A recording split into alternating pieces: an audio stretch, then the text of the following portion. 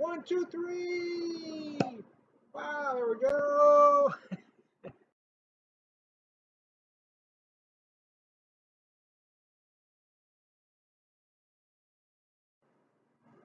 Well, how do you do, buckaroos? How the heck are you? I'm going to try not to spill here. I got this kind of up here precariously here.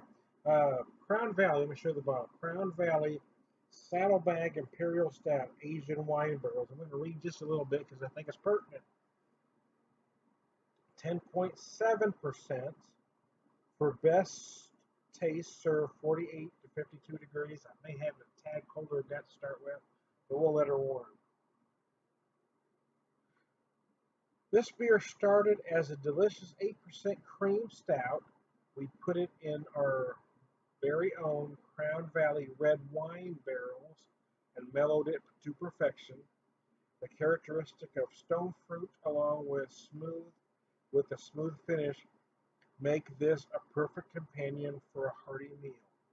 Cellar it or enjoy it today. It is one that would cellar well. I'm drinking it today, obviously.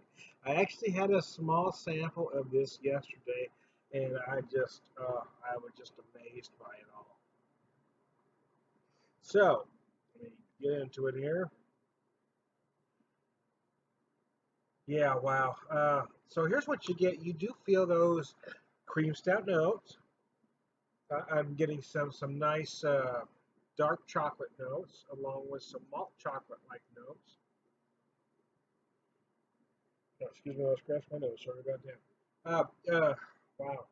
But you really notice those wine barrels. You get a whole lot of oak. You certainly feel that red wine.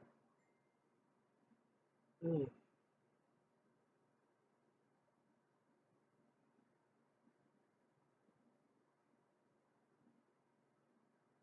Oh, nice. Oh, wow. It's gorgeous. So it's not a sour. You know what I'm saying? It's not a sour. I'm not.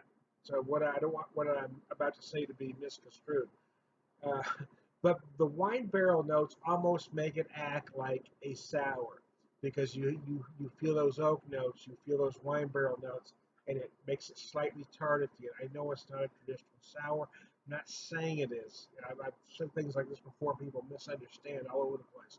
I'm not calling it a sour beer, folks, but I'm saying it does finish slightly tart, much like a great big Flemish sour.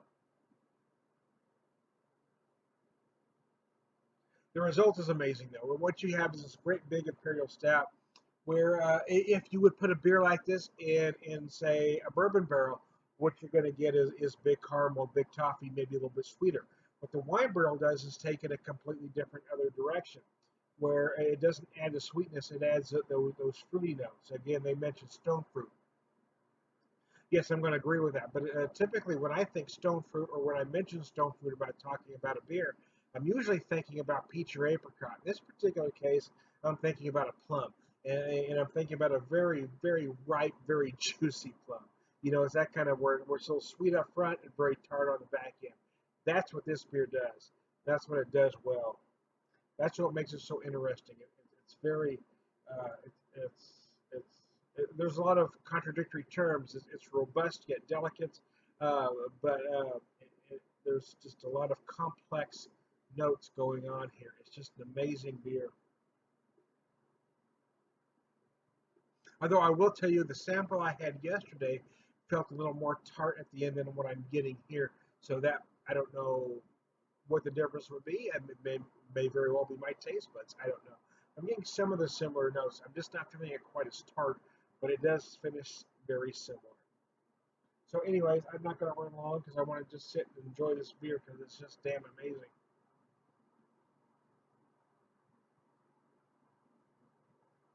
I tell you what, yeah, I'm going to say that though. Actually, before I turn this off, I was feeling it more tart at the end yesterday when I had the sample there. It might have been a different bottle, a different vintage, who knows. But what I am feeling more now is I'm feeling more of the oak notes, more of the wine barrel specific notes. So there you go. Who knows? I'm Tom the Beer Whisperer, and we will talk to you later.